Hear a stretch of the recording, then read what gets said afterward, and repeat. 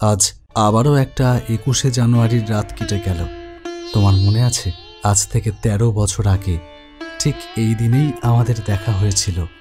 তুমি তখন 16 বছরের কিশোরী, হরিণের মতন চঞ্চল। তোমার দু চোখের পাতায় তখন কত স্বপ্ন, কত উন্মাদনা।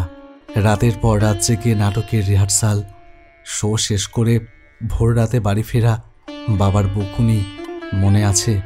আমার হাত দুটো ধরে বলেছিলে, অনন্তদা আমাদের দলটাকে আরও বড় করতে হবে। কালের স্রোত তোমাকে যে কোথায় ভাসিয়ে নিয়ে গেল। আমাদের স্বপ্নগুলো কেন শুধু স্বপ্নই থেকে গেল মাধবী? কি রে, এখনো ঘুমালি না? আর কত রাত জাগবি বাবু? এরকম করলে তো আবার অসুস্থ হয়ে পড়বি। এ কি বাবা, তুমি এখনো জেগে আছো? তুই না ঘুমোলে আমি কি করে ঘুমোতে যাই বল দেখি? বাবা, তোমাকে না কতবার বলেছি আমার জন্য তুমি জেগে বসে থাকবে না। ঠিক আছে যাও, আমি শুতে যাচ্ছি। আর তুমিও যাও, গিয়ে শুয়ে পড়ো। হ্যাঁ হ্যাঁ যা, কাল তো আবার তোর কলেজ, ট্রেন ধরে অতটা পথ যেতে হবে। আচ্ছা, যে চ্যাপ্টারটা আজকে তোমাদের বোঝালাম বাড়ি থেকে তোমরা রিভাইজ করে আসবে। কালকে আমি নোটসগুলো লেখাবো। স্যার আসবো? হ্যাঁ এসো। স্যার, প্রিন্সিপাল স্যার আপনাকে একবার দেখা করতে বলেছে। যাচ্ছি, যাও। বলছি, কলেজের অ্যানুয়াল প্রোগ্রামের সময় তো প্রায় এসেই গেল। তা প্রিপারেশান তো এখন থেকেই নেওয়া শুরু করতে হবে। তা তোমাদের প্রিপারেশান কত দূর? আমাদের টিম তো রেডি আছে স্যার। শোয়ের আগে কদিন স্টেজ রিহার্সাল করিয়ে নেব, তাতেই হবে। আর গানের ব্যাপারটা তো আমি জানি না, ওটা আপনি একটু অরুন্ধতী ম্যামের সাথে কথা বলে নেবেন। সে নাচ গান নিয়ে আমার অত মাথা ব্যথা নেই, ওটা আমাদের কলেজের মুখ্য বিষয় না। আসল বিষয় হলো তোমাদের নাটকটা, যার জন্য আমাদের কলেজের ফাংশানে উপচে পড়া দর্শক হয়। হ্যাঁ স্যার, বললাম তো এবারেও হবে। নাটক তো প্রতি বছরই হয়। অনন্ত, তোমার কাছে আমার একটা অনুরোধ আছে, এটা কিন্তু তোমাকে রাখতেই হবে ভাই। তুমি কিন্তু না বলতে পারবে না। হ্যাঁ স্যার বলুন। অনন্ত, এবছর কিন্তু তোমার যে রাতে মোর দুয়ারগুলি নাটকটা আমি ভীষণভাবে দেখতে চাইছি ভাই। না স্যার, এটা হয় না। আপনি দয়া করে আমাকে এই অনুরোধটা করবেন না, এটা সম্ভব না। দেখো অনন্ত, আমি ঠিক জানি না তুমি ওরকম একটা হিট প্রোডাকশান একবার করিয়েই কেন বন্ধ করে দিলে। তার কারণটাও তো তুমি আমাকে জানাওনি। তুমি যদি চাও আমাকে বলতে পারো। স্যার, আমি আপনাকে মিথ্যে কথা বলতে পারবো না। আর সত্যিটা বললে আপনি বিশ্বাস করবেন না। আর শুধু আপনিই নয়, পৃথিবীর কেউই বোধহয় তা বিশ্বাস করবে না। তাই সে প্রসঙ্গে না যাওয়াটাই ভালো স্যার। আমি কথা দিচ্ছি, কলেজে জেরাতেমুর দুয়ারগুলির থেকেও ভালো প্রোডাকশান আমি করে দেখাবো। সে আমি জানি তুমি চাইলে আরও ভালো কিছু করতে পারো, কিন্তু আমি চাই এই বছর কলেজে জেরাতেমুর দুয়ারগুলি প্রোডাকশানটাই হোক। স্যার, তুমি কি ভাবছো আমি জানি না তুমি কেন ওটা করতে চাইছো না? আপনি জানেন? জানি, আর তার সমাধানও জানি। এসব আপনি কি বলছেন স্যার? যা বলছি ঠিকই বলছি। তার আগে তুমি আমাকে বলো, ঠিক কী কারণে তুমি শোটা করতে চাইছো না? স্যার, আমার জেরাতেমুর দুয়ারগুলি নাটকে কেন্দ্রীয় চরিত্র ছিল রাজনন্দিনী। আর ওই চরিত্রটার জন্য আমি দিনরাত এক করে দিয়ে একটি মেয়েকে তৈরি করেছিলাম। আর ওই চরিত্রটায় তাকে মানিয়েছিল খুব সুন্দর, নিখুঁত অভিনয় দক্ষতা দিয়ে মেয়েটা রাজনন্দিনীর চরিত্রটাকে একেবারে জীবন্ত করে তুলেছিল যেন। অবশেষে এলো প্রোগ্রামের রাত। কমলেশের চরিত্রে আমি মঞ্চে দাঁড়িয়ে যখন আমার প্রেমিকা রাজনন্দিনীর জন্য অপেক্ষা করছি, তখন রাজনন্দিনীর চরিত্রে মঞ্চে যে উঠে এলো তাকে দেখে আমি চমকে উঠলাম। নতুন মেয়েটা নয়, রাজনন্দিনীর চরিত্রে মঞ্চে উঠেছে মাধবী। ভাবলাম হয়তো মাধবী ঠিক সময়ে ফিরে এসেছে। তাই সেই মুহূর্তে আনন্দে আর নিজেকে ধরে রাখতে পারলাম না। আমার জীবনের সবটুকু নিংড়ে দিয়ে অভিনয় করলাম সেই মঞ্চে। কিন্তু নাটক শেষ হলে যখন আমি গ্রিন রুমে ঢুকলাম, কোথায় মাধবী? রাজনন্দিনীর মেকআপে দাঁড়িয়ে আছে সেই নতুন মেয়েটাই। কি করে এমনটা হলো আমি জানি না স্যার। না, এটা আমার মনের ভুল নয়। আমি যা দেখেছি সেটা সত্যি, কিন্তু তা অন্যের কাছে বিশ্বাস করাটা খুব একটা সহজ ব্যাপার নয়। তারপর থেকে আমি আর ওই নাটকটাকে মঞ্চে তুলি না, আর তুলতে পারবও না।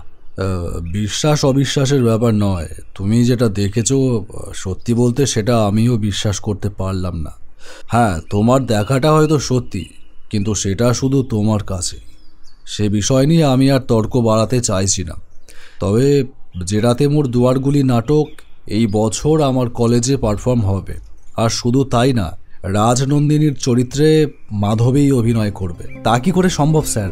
মাধবী কোথায় আছে এত বছরে তার কোনো খবর পাওয়া যায়নি। সমস্ত social media, print media, police কেউ কিচ্ছু করতে পারেনি। মাধবীর খবর কিন্তু আমার কাছে আছে। স্যার, আপনি সত্যি বলছেন? হ্যাঁ, আমি সত্যিই বলছি। মাধবী তো আমাদের কলেজেরই ছাত্রী ছিল। তার খোঁজ যখন কেউই দিতে পারল না, তখন আমি আমার এক বিশেষ বন্ধুকে ব্যাপারটা জানাই। সে গোয়েন্দা বিভাগের সিনিয়র অফিসার। তার মারফত একটি খবর আমি পেয়েছি। কি খবর স্যার? সেটা তোমার জন্য খুব একটা ভালো খবর বোধহয় নয়, তবু বলি। বর্ধমান জেলার আদিনাথপুর নামের একটি গ্রামে মাধবী রয়েছে। সেখানের একটি ছেলেকে সে বিয়ে করে সংসার করছে। একটি সাবালিকা মেয়ে নিজের ইচ্ছায় বিয়ে করেছে। এখানে তো আইন কিছু করতে পারবে না। আর মাধবীর পরিবারের পক্ষেও সেখান থেকে তাকে জোর করে ফিরিয়ে আনাও সম্ভব না। তারা এতদিনে মেয়ের শোক সামলে নিয়েছে। তাই শুধু শুধু এই খবরটা দিয়ে আবার একটা বিশৃঙ্খলা সৃষ্টি করতে চাইছি না। তবে আমি একজন শিক্ষক হিসাবে মাধবীকে আবার কলেজে ফিরিয়ে আনতে চাইছি। আমি চাইছি ও আবার নাটকের মঞ্চে ফিরে আসুক। তার সংসারটা ভেঙে যাক, সেটা আমি চাই না। আমি আশা করব তুমিও সেটা চাইবে না। কিন্তু একটা মেয়ে হারা পরিবার যাতে তার মেয়েকে ফিরে পায়, সেই ব্যবস্থাটুকু তো আমরা করতেই পারি। এখন আপনি আমাকে কি করতে বলছেন? তুমি কালই বেরিয়ে পড়ো। আমি তোমাকে সঠিক ঠিকানার লোকেশনটা দিয়ে দিচ্ছি। তুমি বিভূতিভূষণ কলেজের সংস্কৃতি বিভাগীয় প্রধান হিসেবে মাধবীকে অ্যাপ্রোচ করতে যাবে।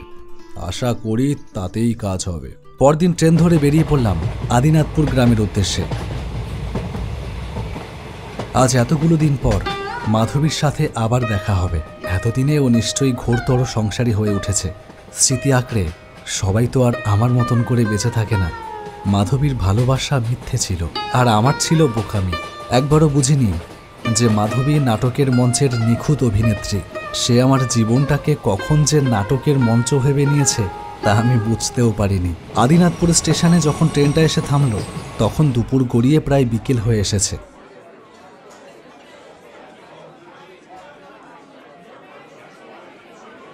ফোনটা বার করে একবার লোকেশনটা দেখে নিলাম।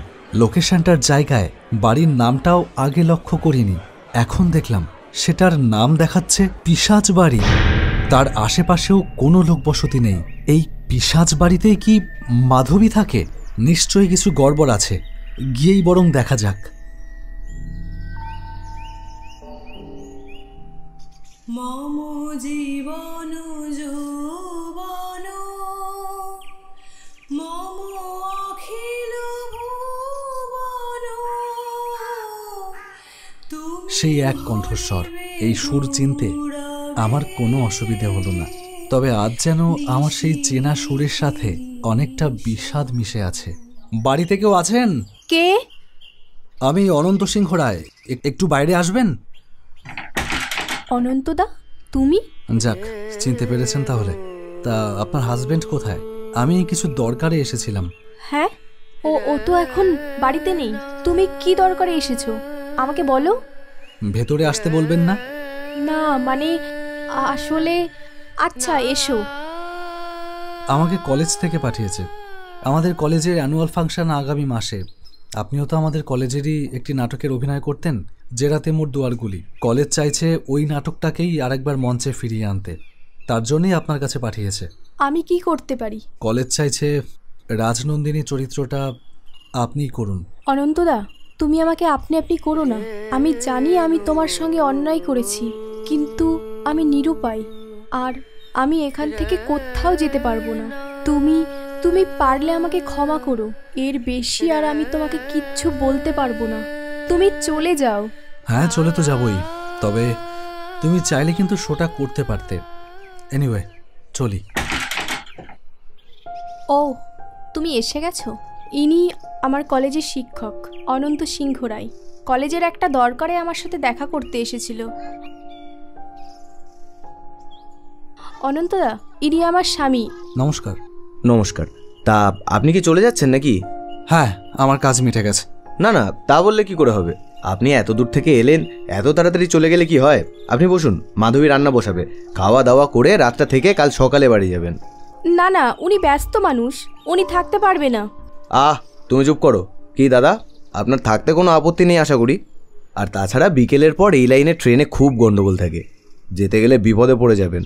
তার থেকে আমার কথা মেনে নিয়ে থেকেই যান। এই মাধবী, তুমি ভাত বসাও, আমি বাজার থেকে মাংসটা নিয়ে আসি। হায় ভগবান, এই মানুষটাকে আমি কিভাবে বাঁচাবো? আমি তো অনন্তদাকে কিছু বলতেও পারবো না। মাধবী, এর কিন্তু দরকার ছিল না। অনন্তদা, তুমি পালাও, আর এখানে এক মুহূর্ত থেকো না। এসব তুমি কি বলছো? এখন অত কিছু বলার সময় নেই। আমি তোমাকে অনুরোধ করছি, বাঁচতে চাইলে এখনই পালাও। এখানে এসে তুমি যা মারাত্মক ভুল করেছো তুমি তা জানো না অনন্তদা। যাও, আর দেরি করো না, পালাও পালাও। ও আসার আগেই তুমি পালিয়ে যাও। না, তোমার বরের ভয়ে কাপুরুষের মতন আমি পালিয়ে যেতে পারবো না মাধবী। আমি কোনো অন্যায় করিনি যে আমাকে পালিয়ে যেতে হবে। অনন্তদা, তুমি কেন বুঝছো না? ও কি? ও মানুষ না অনন্তদা। আর কিচ্ছু জিজ্ঞেস করো না। যদি দুজনা আজকের পরেও বেঁচে থাকি তাহলে ঈশ্বরকে ধন্যবাদ দিও। আর মনে রেখো, তোমার মাধবী তোমার সঙ্গে বিশ্বাসঘাতকতা করেনি। মাধবীর ভালোবাসা মিথ্যে ছিল না। যাও, আর দেরি করো না। না, তোমাকে এভাবে ফেলে রেখে আমি কিছুতেই যেতে পারবো না। তাতে যদি আমাকে মরতে হয় মরবো। আর মানুষ না মানে তাহলে ও কে? ও একটা পিশাচ। আমাকে জোর করে অপশক্তির মাধ্যমে আমাকে এখানে আটকে রেখেছে। বুঝেছি, চলো আমার সাথে। আমি এই বাড়ির গণ্ডির বাইরে বেরোতে পারি না। ও প্রেত মায়া দিয়ে এই বাড়ির চারপাশে এক অদৃশ্য প্রাচীর তুলে রেখেছে, যার বাইরে বেরোবার শক্তি আমার নেই। চলো একবার চেষ্টা করেই দেখা যাক। আমাকে এখনো ভরসা করো তো? করি। ভালোবাসো তো? বাসি। তাহলে আর দেরি করো না, 1 মিনিট দাঁড়াও।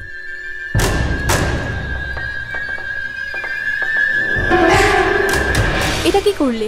ও পরে বুঝবে, এখন চলো।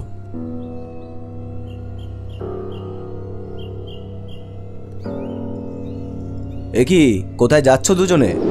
সর্বনাশ, যে ভয়টা পাচ্ছিলাম সেটাই হলো। চন্ডা, তোর এত বড় সাহস! তুই মাধবীকে আমার কাছ থেকে কেড়ে নিতে এসেছিস? হ্যাঁ এসেছি, আর নিয়েও যাচ্ছি। তুই পারলে ঠেকা। চন্ডা, দাঁড়া দাঁড়া!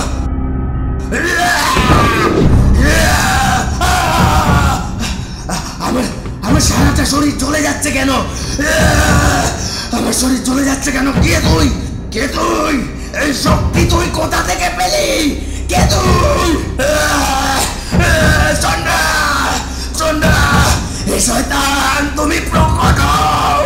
আমাকে রক্ষা করো, আমাকে রক্ষা করো শয়তান! তুমি আমার কথা কেন শুনতে পাচ্ছ না?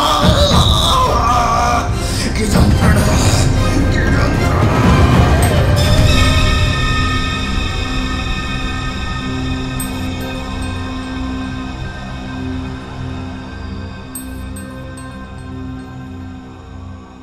আর কোনো ভয় নেই, সব ঠিক হয়ে গেছে। কিন্তু তুমি কিভাবে? আরে বাবা, জীবনে এত ভূত প্রেত পিশাচের খপ্পরে বারবার পড়তে হয়। সেই জন্য ভাবলাম যে বারবার পালিয়ে না বেঁচে এবার আত্মরক্ষার জন্য কিছু একটা করা দরকার। ভালো এক তান্ত্রিকের খোঁজ পেলাম। তিনিই আমাকে একটা গাত্রবন্ধনী মন্ত্র শিখিয়ে দিয়েছিল। আগে কোনোদিনও অ্যাপ্লাই করিনি, আজকেই প্রথম। কাজ হবে কিনা তাও জানতাম না, তবে তার উপর বিশ্বাস ছিল। আর বিশ্বাসে মিলায় বস্তু। এবার তুমি বলো দেখি, তোমার কেসটা কি? এই আদিনাথপুরে একবার একটা বিশেষ দরকারে আসতে হয়েছিল। সেখানেই ও আমাকে প্রথমবার দেখে, আমাকে প্রেমের প্রস্তাব দেয়। আমি তা ফিরিয়ে দিই। আমি জানতেও পারিনি ও কখন আমাকে ফলো করে রায়পুর চলে আসে। আমাকে পাওয়ার জন্য ও পাগল হয়ে যায়। কিন্তু কোনোভাবেই যখন আমাকে ওর নাগালের মধ্যে পায় না, তখন শুরু করে অন্য পথে হাঁটা। এই পৃথিবীতে যেমন শুভ শক্তি আছে, তেমন অশুভ শক্তিও আছে। শয়তান নামে এক অশুভ শক্তি আছে, যার আরাধনা করলে একটা পর্যায়ে শয়তানের শক্তি অর্জন করা যায়। তখন সে আর মানুষ থাকে না, সে হয়ে যায় শয়তানের অংশ। তখন অপশক্তির মাধ্যমে সে অনেক কিছু করতে পারে। সেই শক্তি প্রয়োগ করে সে আমাকে বশীকরণ করে এখানে টেনে আনে। কিন্তু আমার কোনো ক্ষতিও করতে পারিনি, কারণ যে মানুষ থেকে শয়তানে পরিণত হয়, সে যদি মানুষের সাথে মিলনে লিপ্ত হয় তাহলে তার সমস্ত শক্তি ধ্বংস হয়ে যায়। তাই ও চেয়েছিল আমাকেও শয়তানে পরিণত করতে। আসছে কালকুট অমাবস্যায় ও আমাকে শয়তান মন্ত্রে দীক্ষা দিত। যাক, আমি তাহলে ঠিক সময়ই চলে এসেছি। অনন্তদা, এতদিন বুকটা দাবানলের মতন জ্বলছিল, আজ সে আগুন নিভে গেল। শান্তি।